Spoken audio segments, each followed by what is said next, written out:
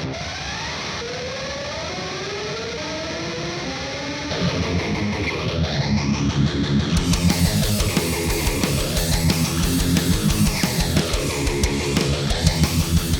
lovely freaks, and welcome back to the podcast. I'm your host Amanda. And I'm Hannah. And if you're new here, hi, welcome. If you like things strange and unusual and true crime, you can go ahead and hit that subscribe or follow button. You can also head down the description box and you'll see a link that will take you to our link tree. And that'll give you access to our social media like Twitter, Instagram, and all that jazz. Yeah. I put some soul in that one. You did. So obviously you can tell we're not on camera, and that's because we both are just not feeling it. We're kind of... I've had midterms, so my brain, I don't want to look happy. Yeah. I might sound happy, but yeah, and I'm feeling under the weather, so I'm not wanting to wear makeup right now. So anyways, but we will hopefully we'll do it again next weekend. But anyways, that's pretty much all I have to say. I don't have any new updates, so without further ado, we're going to talk about today's case. This one's coming from Germany, which I know we have some listeners from Germany, because there is one person in particular that my husband on his Twitch, this girl, she's from Germany, and she's like, oh, I listened to your podcast. And I was like, oh, yay, thanks. So, yeah. And then I know we have other listeners from Germany as well. So if you guys know who the serial killer is, let us know. Or know of him. Not know who he is, because this happened way back in the day. But he's one of the most prolific serial killers, along with Peter... What is his last name? The Vampire of Dusseldorf. We've done that one before. Remember that guy? About, but I don't remember. Peter... Something. It was like a German last name. Yeah. So, Fritz Haarmann. He was born October 25th, 1879 in Hanover, Germany. After his murders, he was also known as the Butcher of Hanover, the Vampire of Hanover, and the Wolf Man. Because... well, his murders basically had to do with mutilation, dismemberment, sexual assault, and, like, strangulation and stuff like that. And a lot of the bodies were found later on, but some people, there was rumors that he would drink the blood. So that's how he got the name Vampire of Hanover. Germany always be drinking the blood. But he never admitted to that, so I don't know. So he killed over 25 plus young men and boys in 1918 to 1924. So not a long span of a criminal record, but he did definitely have one. So we're going to kind of talk about his childhood. Obviously, that's where we always start, and then go on from there. So Fritz's childhood, his father named Ollie, and his mother was named Joanna. His mother was kind of a sickly woman, and she would encourage him to play with his sisters. He was the youngest of all of them. And so I think his mother and father got married when she was like in her 40s. And they were like 7 years apart. And she was in her 40s. So she had him pretty late in life.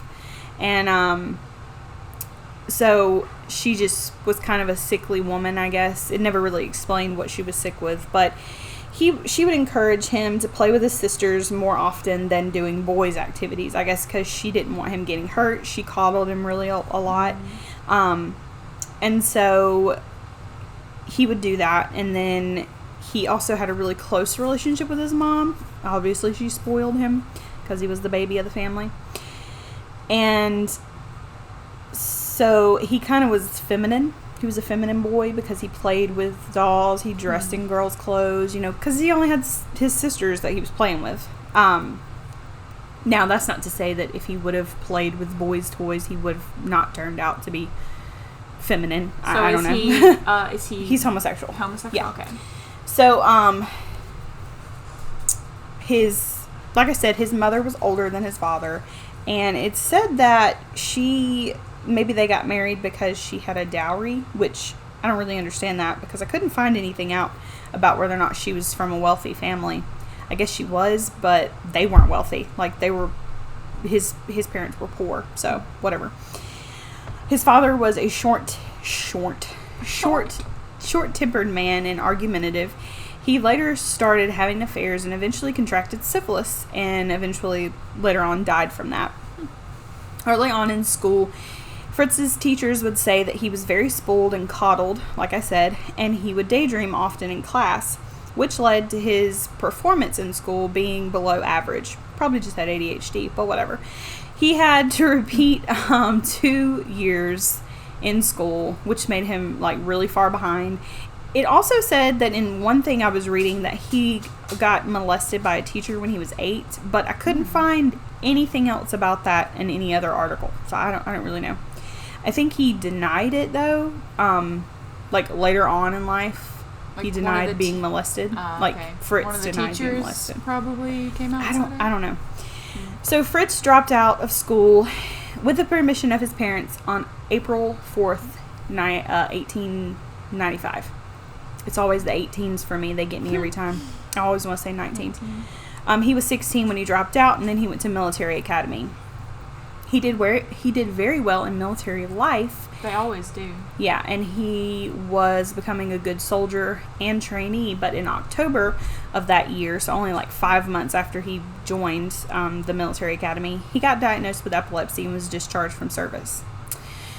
So at 16, he committed his first sexual offense on a young boy. He lured several young boys over a period of time, but he lured them to an alley and or like an abandoned place, and he would sexually abuse them.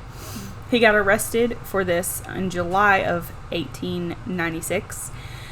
After more offenses,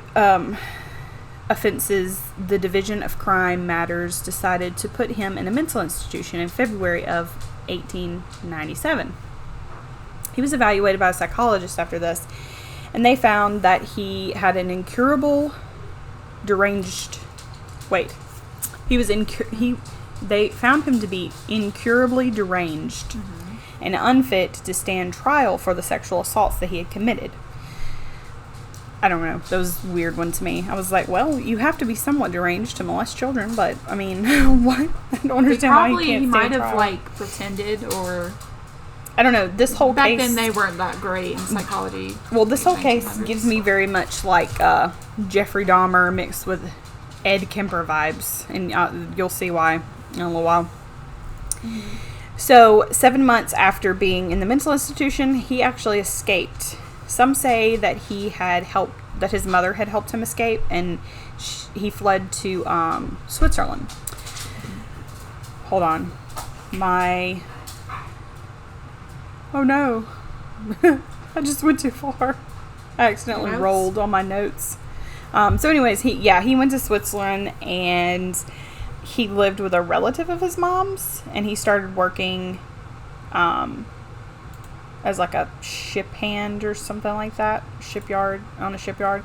But he eventually returned to Hanover after laying low for like a year and a half, 2 years, something like that. He did get married when he returned back to Germany to a woman named Erna Lorette. And also, Erna became pregnant with his first child, but he quickly abandoned them to join the military. Well, not really join the military. He was, like, drafted into the military. So, yeah. He later referred to this time in the military, like being drafted, as the happiest time of his life. A year later, after being in service and doing really well, he collapsed during an exercise and was deemed unstable for service. So they probably found out about his epilepsy or something like that, because if he's drafted, they're not really going to give a shit, at the moment. But yeah. So he was sent back to his family, to his mom and dad. They were still together at this time. And so him and his dad fought a lot. His dad even tried to have him committed to an insane asylum, but the town doctor regarded Fritz as morally inferior, meaning like nothing was wrong with him. He was fine. And so he just went on about his life, and he eventually like moved into an apartment. So after he moved into an apartment, moved out on his own and everything, he started to do multiple burglaries, scams, which landed him in jail, like, over time and time again. In 1914, he was sentenced to 5 years in jail for theft. And he was in and out of prison and jail for like a decade, basically, for 10 years. He was still committing sexual assaults all during this time, but nobody really knew about it because it was kind of under the radar. And the only thing he was getting sent to jail for was the theft and burglary and all that. Burglary. I'll get it. That's like Adeline, one of her, I'm going to try to say it. One of her vocabulary words is, oh God, rural? Royal? No, not royal. Rural. Like rural. Oh, okay. Like a rural community. Okay. I can't say that community. word. Rural. It's whatever. Fuck it. Anyways, his sexual urges though were also there. During this whole entire time, he basically was a sexual sadist. I mean, obviously. And then later on, it evolves into murder. So even though he was committing all these crimes, believe it or not, the police decided to use him as an informant, which he loved because he could get the attention of them and on these other people and get the attention of his crimes, like, off of him. Like I said, it gives me very much like Ed Kemper vibes. He also was super good friends with different dirty cops. Yeah. Also during this time, his crime in this area was an all-time high. I mean, people were so poor that money in Germany basically had no value because of the war. So you have to remember, this is like at the end of World War I, at the beginning of the German Revolution. This is way before Hitler, but still, like, people were so poor, and the value of their money had, like, no value. They were basically burning it to stay alive, like, in the streets. Just, fuck it, doesn't matter. Yeah, well, we'll be there one day in the U.S. Yes, literally. Next year? Couple of months. January? Yeah, sounds about right. So anywho, this brings us to May 17th, 1924. So we're going to kind of skip ahead, but then we're going to go backwards. So some kids came across a head in a lake, and this was actually one of Fritz's victims. At the time, no one knew that, so keep that in mind. And over the course of the next couple of months, many skulls and various body parts started washing up all over Hanover. In Hanover, between 1918 and 1924, a large number of boys between 14 and 18 were going missing. Also, close to the month they arrested Fritz. There was like hundreds of body parts that came. I don't know if they necessarily washed up, or maybe like the ground got so saturated that they kind of started coming up, but there was like tons of body parts that they found in like this field, basically. And this was before he got arrested, but yeah, so it was weird. So now we're going to jump back. So let's talk about his first murders. Fritz would hunt his victims at the Hanover train station. He would actually lure most of his victims from the train station, promising them a place to stay, money, food, etc., back to his apartment. Very Jeffrey Dahmer of him. Well, I guess Jeffrey Dahmer was Fritz, very Fritz of him. I guess that's what you say. Honestly, because this was way before that. So once he got them back to his apartment, he would rape them and kill them. Sometimes he would do it like strangulation. But one of the things that Fritz said that he loved to do was rip out their Adam's apple with his teeth. Can you do that? Yeah, apparently you can. Which that makes my throat hurt. Yeah. I don't have an Adam's apple, but I can just imagine. Yeah. So yeah, basically he would like have sex with them, and then as he was climaxing, he would like bend down and rip their Adam's apple out. Mm-hmm. Yeah. So these boys unfortunately would die pretty horrifically, either by suffocation because he's ripped out their Adam's apple, or bleed to death and choke on their own blood. He also would get sexual gratification out of the strangulation as well, and then climax that way, as you know, So definitely a sexual sadist. September 25th, 1918, Fritz met 17-year-old Fredel Ruth. I'm going to try to get all these people's names right. His friends told his parents that the last time anyone had seen him, he was with a man named Detective Haarmann. Later, his parents told police that, this was a man that he was with before he disappeared, and they immediately knew who they were talking about. They were like, oh, that's Fritz, because he didn't even use like a fake name. He basically thought he was a police officer or some sort of detective because he was best friends with the police. So he would walk around saying he was like Detective so-and-so or just like Detective Haarmann. And so the parents told the police this. However, it's almost like they didn't want to arrest him or go check his apartment because they were his informant. I mean, he was their informant. So they were like, nah, it's fine. He was probably just talking to him, he just probably walked off. Yeah. And Jeffrey. As far as the police not wanting to do their job. But they were pressured so much by the family that they finally said, forget it. So they went and they raided Fritz's apartment.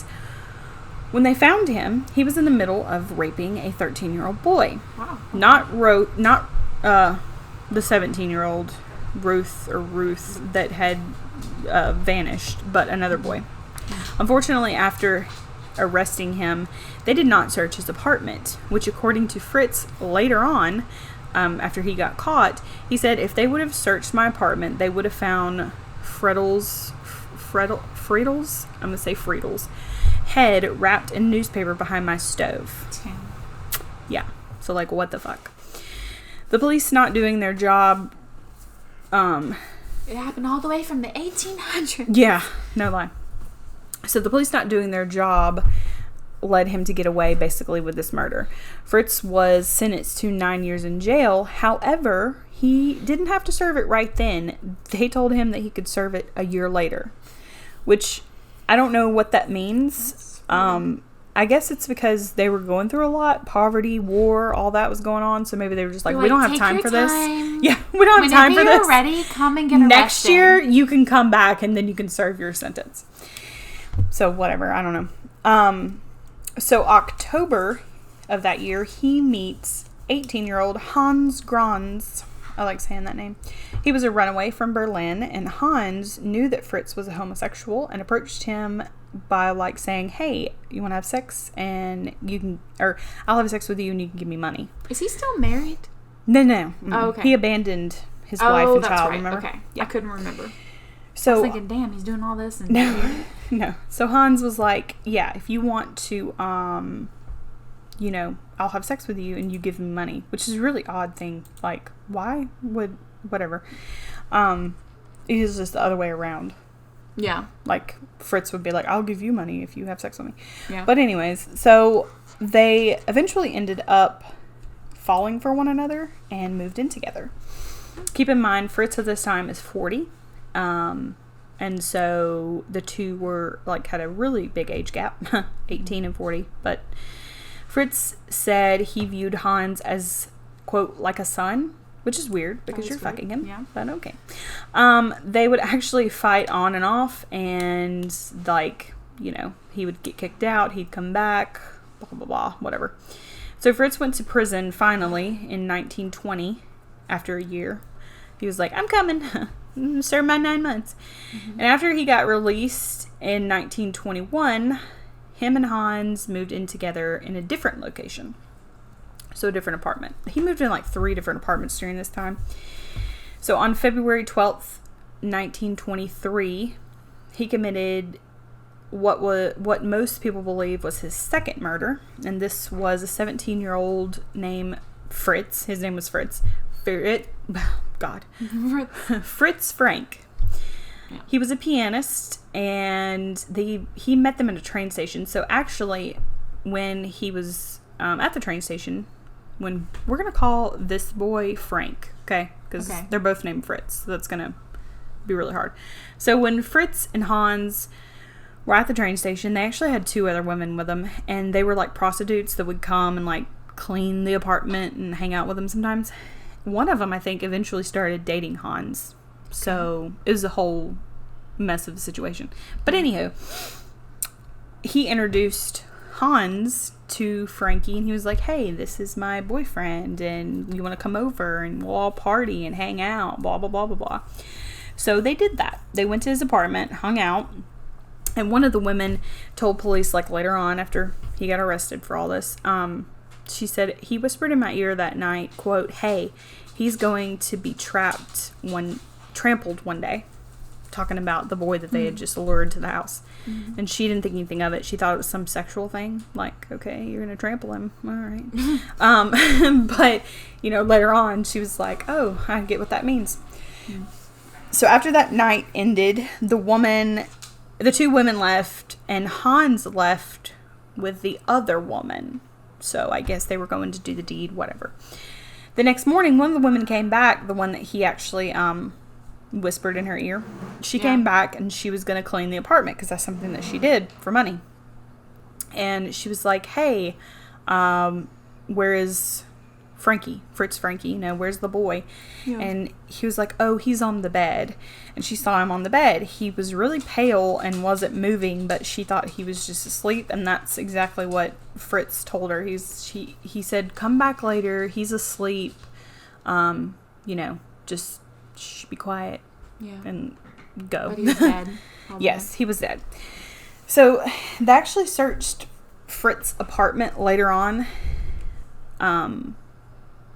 Like after a few days after this, because they thought that the 14-year-old boy leaving like he did was weird. Hans did. Sorry. Let me clarify that. Hans and his quote-unquote girlfriend, whatever, they searched the apartment because they were like, that's weird that he left like that. Like, it's really odd. Mm-hmm. When they searched the apartment, when Fritz was gone, they found a wallet that was this kid Frankie's, and they found a bloody apron and a pot of meat that was left under the stairs. Don't know why that was left there. The meat actually was covered in hair. They actually took this meat covered in what looked like human hair to a police officer, and they were like, hey, so here's the situation. And the police officer just said, oh, it's nothing, it's probably just pig skin, because you know pigs are hairy as fuck. Oh my gosh. So whatever. So he brushed it off, and they went on about their business. Mm. So March 20th, only 5 weeks after he had murdered Fritz Frank, he met 17-year-old Willem Schutzel. Wait, where? Schultz. That's what it is. Say it one more time. No, I'm just kidding.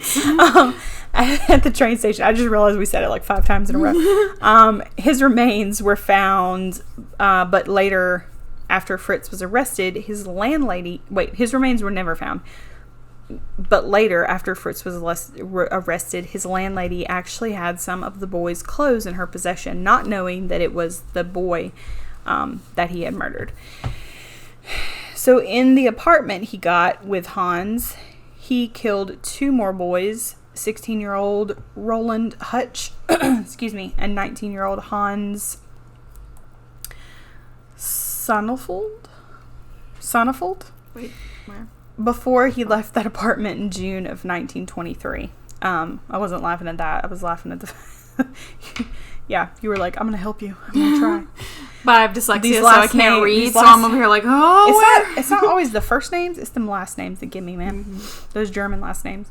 So many people remember seeing Fritz with a 19-year-old boy that had a yellow jacket weeks after he went missing.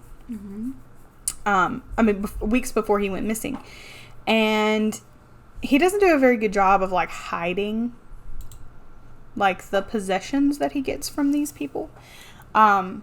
So they were like, hey, that jacket that Fritz is wearing was on a 16-year-old kid that we saw him with like a week ago. Now we can't find the kid, but he's wearing that jacket.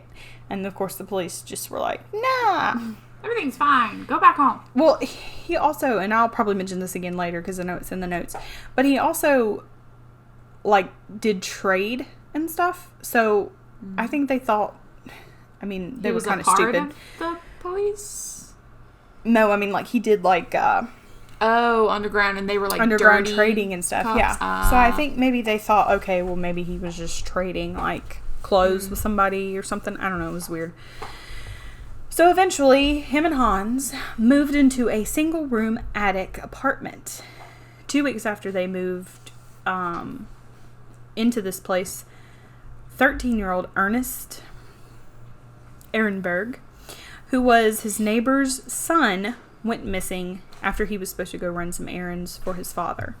The police later, after Fritz was arrested, found the boy's hat and braces and tied him to a part of that murder as well.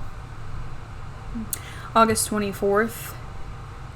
We don't know how he killed all these victims. Let me just say that, because I know you're probably like, well, wait a minute, how did these people die? So we don't really know how they died, because he does eventually confess, but he doesn't tell each detail of the murder. He just tells what he did to all of them, basically.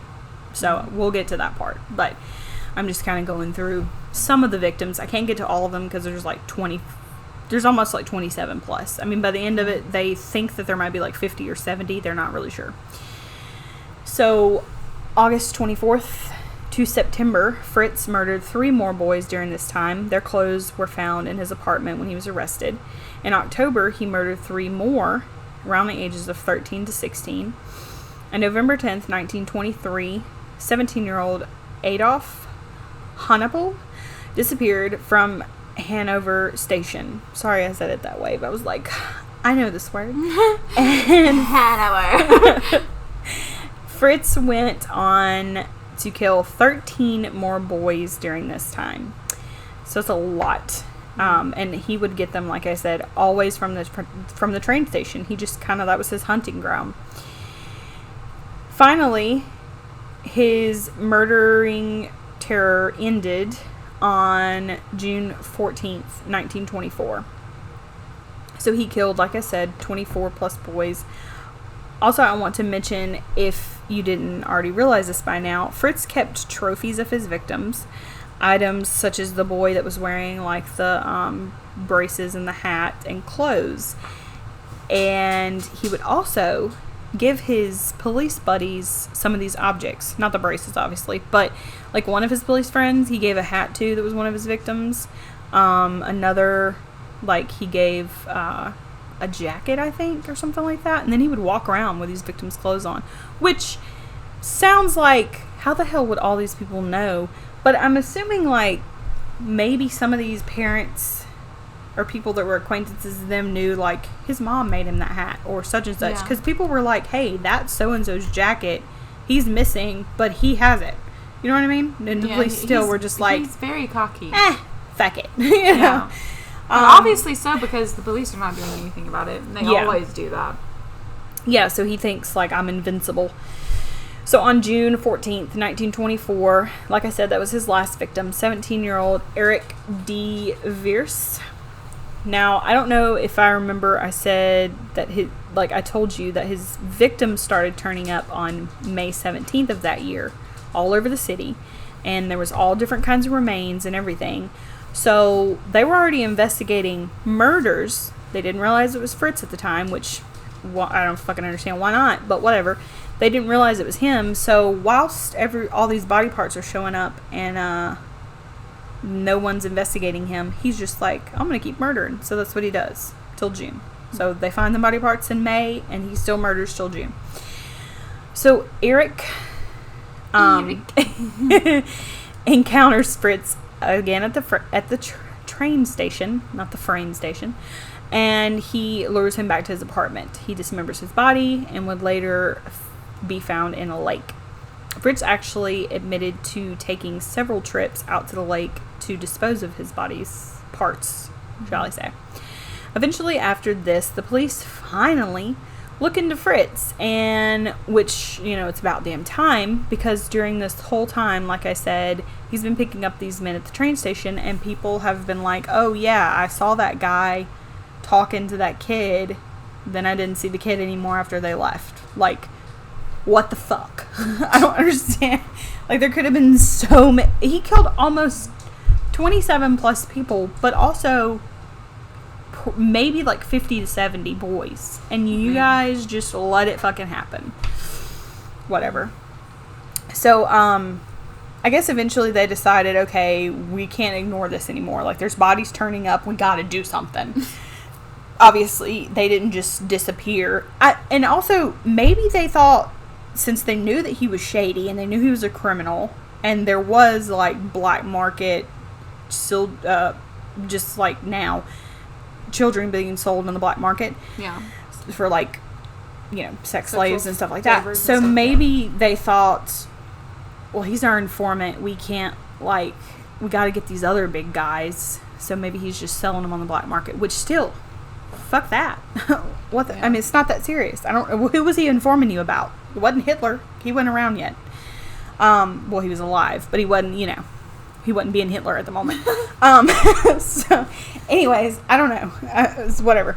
So on the night, let me back up. So they started doing surveillance of him, and they actually got other officers from Berlin because they knew, like, we can't follow him because he's going to know we're following us. He knows everybody in the police department. So we got to get, like, officers from out of town that he doesn't know about. So that's what they do. So on the night of June 22nd, Fritz was being seen by 2 undercover cops arguing with a 15-year-old boy. This 15-year-old boy's name was Carl Fromm. And Fritz approached police officers that he knew, and he was like, hey, you need to arrest him because he doesn't have the right traveling papers coming into the train station. They were like, okay.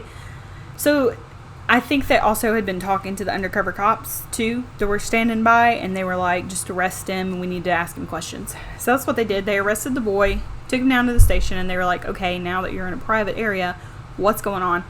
He said he had been held captive by Fritz for 4 days and raped and held at knife point.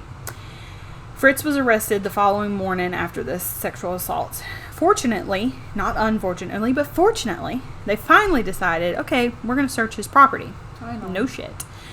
They found bloodstains all over the floors, clothes that belonged to the victims of the missing boys, and personal possessions as well.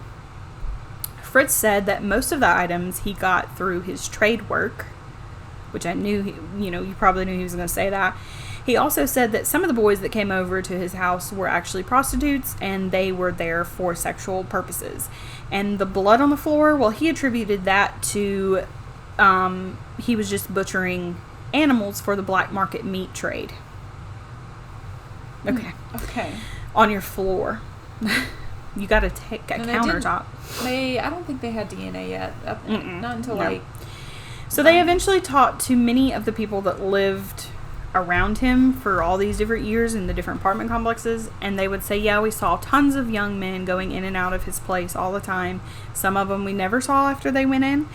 And he said that, or a bunch of people said that he was also carrying black bags, not trash bags, but they were like black cloth bags, and he would carry them out of his place, and he would be like struggling, and he would go do something with them. We don't know. We never came back with them. They unfortunately needed a confession, though, because all this evidence was not concrete enough.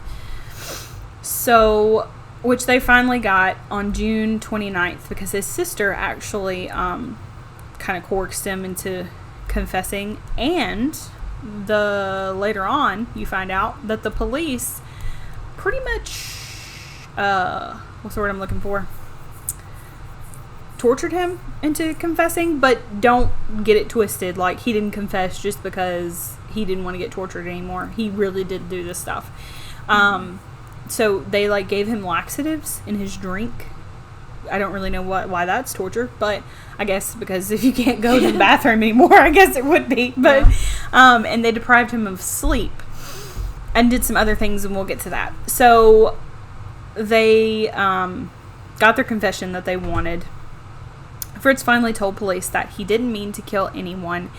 He just wanted to have sex with these boys, but meaning he wanted to have aggressive sex because he was a sexual sadist. They didn't know what that was at the time, but we know that that's what he was. But once he started raping these boys, he actually got the urge to kill and strangle them, and then came the ripping out of the Adam's apple. So, I think he probably did want to do that. You just maybe didn't realize it at the time. He said the dismemberment, though, was the worst part, and he hated it the most. This is going to get really graphic, so you've been warned.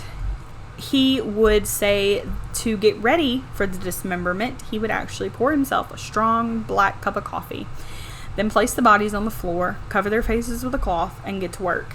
He would remove the intestines first and put them in a bucket. He also said that he would take large towels to like soak up the blood in their cavity, their body cavity, to like put it down in there, soak the blood up, throw it in the bucket, blah blah blah. This dude's got a big bucket because he puts a lot of stuff in there. I don't know what kind of bucket it is. He would then make 3 cuts into the victim's ribs and shoulders to remove their organs, to like crack the ribs and remove their organs, and put them in the same bucket. And then he would remove the limbs. He said that the flesh he would dispose of in the toilet after he cut the flesh off their body, or in a nearby river. He said that this actually took him hours and hours to do, and the fact that he said it was the worst part to him makes it hard to believe, because if this was the worst part, you wouldn't be this meticulous about getting everything out. You would just like cut it up real quick, get it out of there. Like, you know what I mean? Some people think that he actually was selling the organs on the black market because of how he would do it so clean and everything. Makes sense. Yeah. He would also break the bones with a hammer, and if we learned anything from that Jeffrey Dahmer thing, it was that it was not easy. And even Jeffrey Dahmer's like, this is not easy. So he had to have been like doing this for hours to, but he hated it so much. After this, that doesn't make sense. Yeah. After this confession, he seemed very eager to help the police find the rest of the remains and like the victims and everything. Basically, it was kind of like, I guess, he had a weight lifted off of his shoulders, and he was like, okay, well, now that that's over with, let me show you guys where I buried them, All right, dude, fuck you. Yeah, what a douche. His trial started December 4th, 1924. He was charged with the murder of 27 young men / boys, because some of them were younger than 18, 17. And like I said, he actually confessed to 50 to 70 of murders, but they could never find the remains or anything like that. Fritz even told police that he didn't work alone, that Hans Grans knew about the murders. He was sentenced to death, Hans was, and found guilty of inciting to murder. That's one I've not heard before. Which basically inciting to murder, which basically they thought what was going on, and I think this is kind of what Fritz told them. Like, he was helping him lure boys to his apartment. Okay. Which Hans was like, no, I was not fucking doing that. So when they read the verdict, he like collapsed in the courtroom, and then he collapsed back in the jail cell because he's like, I'm just gonna fucking die for this asshole, basically. Which I would be too. I'd be really pissed. And also, which I guess maybe the cop that they took the bucket of meat to that had the hair on it, because you remember Hans took that to a cop, so maybe that cop was dirty and didn't tell them that he did that. But if he would have done that, like, why would he? Whatever. So the trial only took about 2 weeks, and there were 190 witnesses that testified to seeing Fritz with all these different boys. He was found guilty and sentenced to death by beheading. They still did that. At 6 a.m. the morning of April 15th, 1925, Fritz Haarmann was beheaded by guillotine on the grounds of the Hanover prison.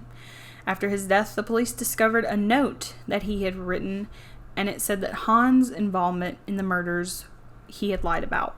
It was a note that he left like in his cell, which was, admirable of him, I guess.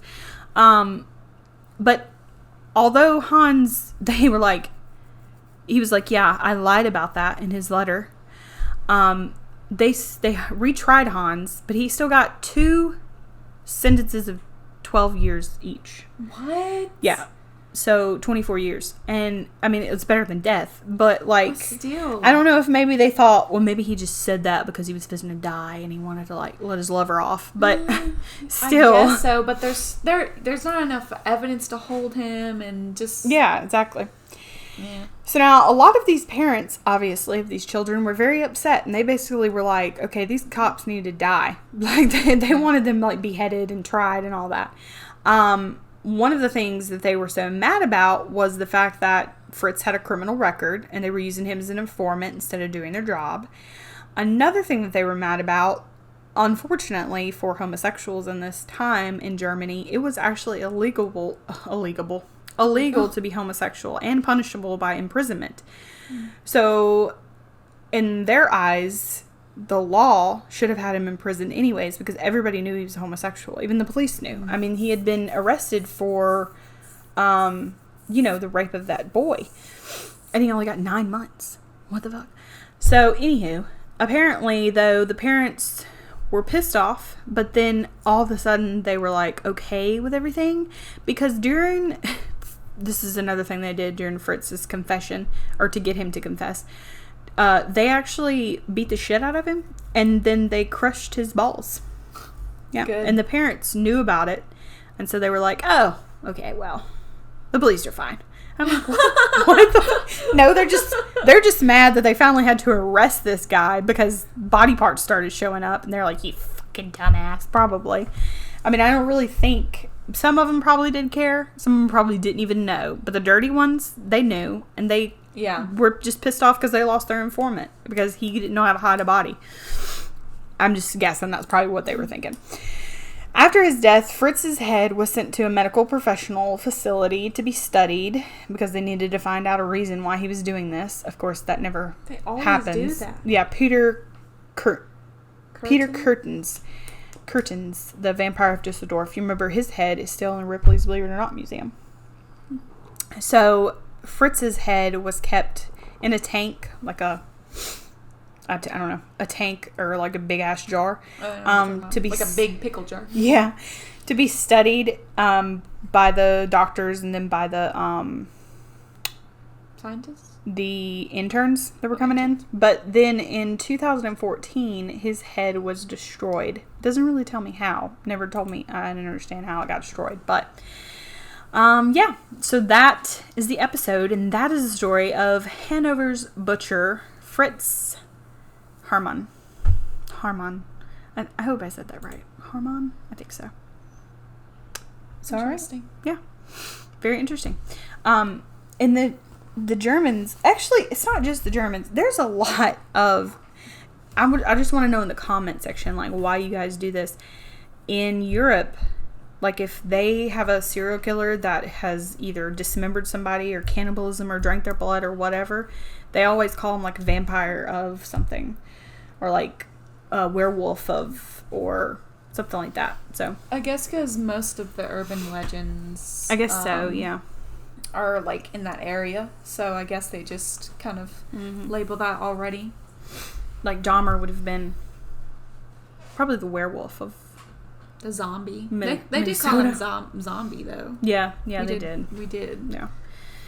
So anyways, hopefully you guys found this interesting and informative. If you're from Germany, let us know. Drop that down below in the comments. Also, don't forget to follow us on Twitter and Instagram because we keep up with all of that stuff there. We have a Facebook, but I don't ever get on it. I actually got on it today, and I was like, hey... everybody, we have been posting lots of episodes, but we haven't been posting them on here. I think most everybody that's on our Facebook follows us on Instagram, so it didn't really matter. Yeah. And I guess that's it. We will see you guys next week. Have a fantastic week. See you later. Bye.